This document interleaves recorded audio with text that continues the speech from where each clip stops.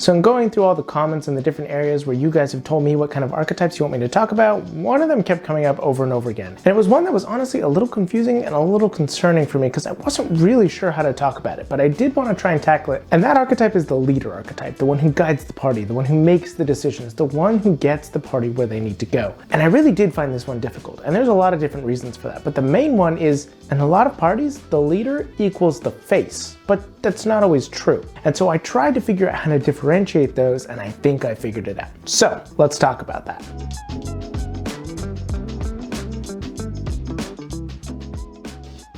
So I get why people want me to talk about the leader archetype, because it's really difficult to play, because at the end of the day, you are not only having to get the party to trust you, you're having to look around the table and telling the players there, trust me. Because making a leader decision does not come down to a dice roll. It comes down to you. It comes down to what you're going to do and what choices you're going to make. Now, there are ways to be able to gauge it behind dice rolls, but that really requires your DM to help. But for the most part, it comes down to what you decide to do. And so you have to be able to tell the table and the party, trust me. And that is difficult, especially if you want to play a leader archetype, but you yourself are not naturally a leader. That really comes down to making it one of the most difficult archetypes to play. For the most part, let's be honest, whenever a leader shows up at a party, it's because it happens naturally. Not because you chose to play the leader role, it just tends to happen. And there's a lot of reasons for that. When you're bringing all of these players together with all these new characters who none of them have met before, you don't know the chemistry, you don't know how things are going to play out. And so over the course of the campaign, a lot of the times it begins to go down and you start to figure out who is the leader because it just comes out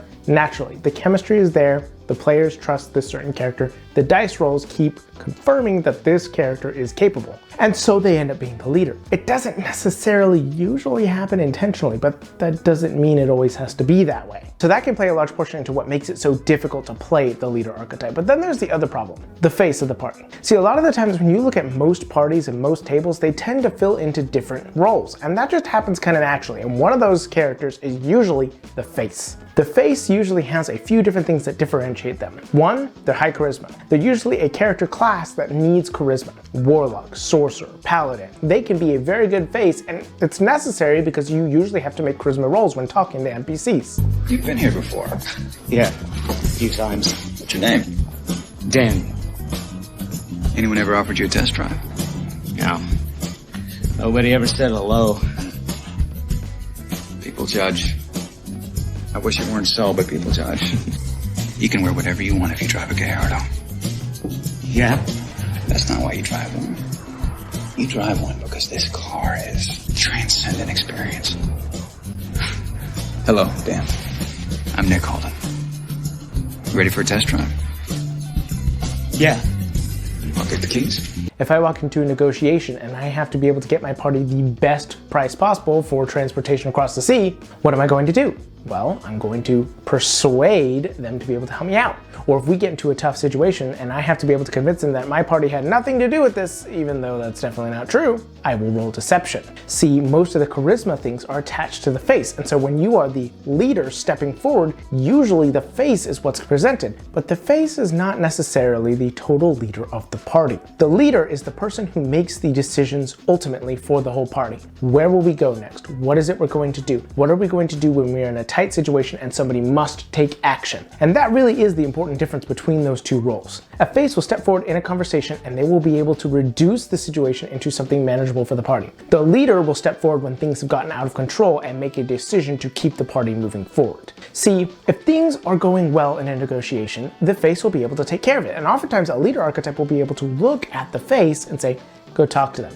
I've seen this happen before. There's a particular character in one of the campaigns that I played who was the Warlock. He could have been the face, and oftentimes he would do some of the talking, but a lot of the times he recognized where his weaknesses lie. Yes, he was very good at talking, but that was most of what he was good at. Most of his spells were just illusion-based. He couldn't even really fight that much. And so he would take a look at a situation and he would often nudge one of the other party members and say, hey, go talk to them. Because he understood what was happening. He saw a gruff and tumble warrior and understood, probably not my scene, probably not gonna wanna talk to me. So he got our fighter to go speak with them. Or he would take a look at a librarian and see how intelligent and smart but socially awkward this individual is. If he approached them, he'd probably intimidate them. And so he sent the wizard. So on, so on. The leader's job is not necessarily to talk, it's to make the ultimate decisions that are best for the party and have the party trust you. So you have to be able to look at the strengths of each of the individuals and push them forward. And that goes into the first point that I talked about earlier. All right, listen up. Until we can close that portal, our priority is containment.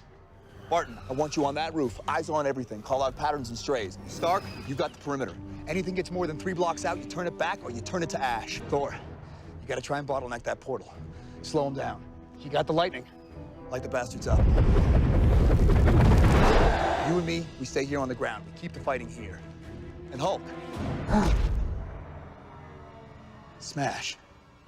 How do you get the party and the players to trust you? You make the best decisions for both groups. And this is why playing a leader is so hard. Because you not only have to make the best decisions for the characters, but also your table. And that means making sure that each player who is playing gets their time in the spotlight. A good leader will look at the table and make sure that everybody gets to shine in their character's strengths. And that is true outside of D&D tables or tabletop tables in general.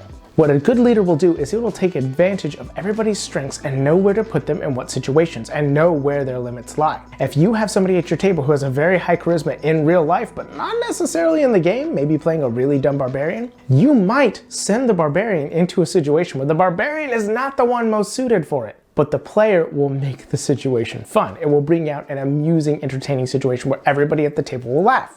Now comes the part where we throw our heads back and laugh. Ready? Ready!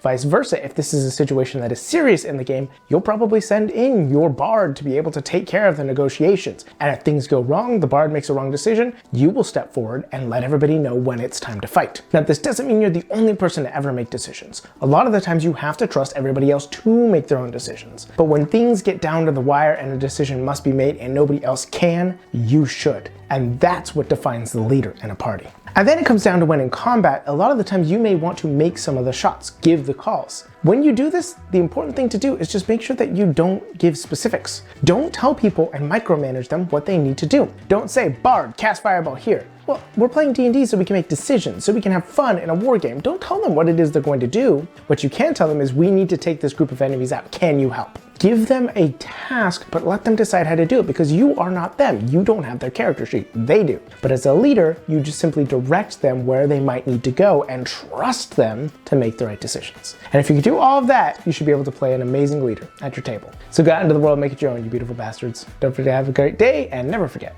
to play your own. Thank you. Come again.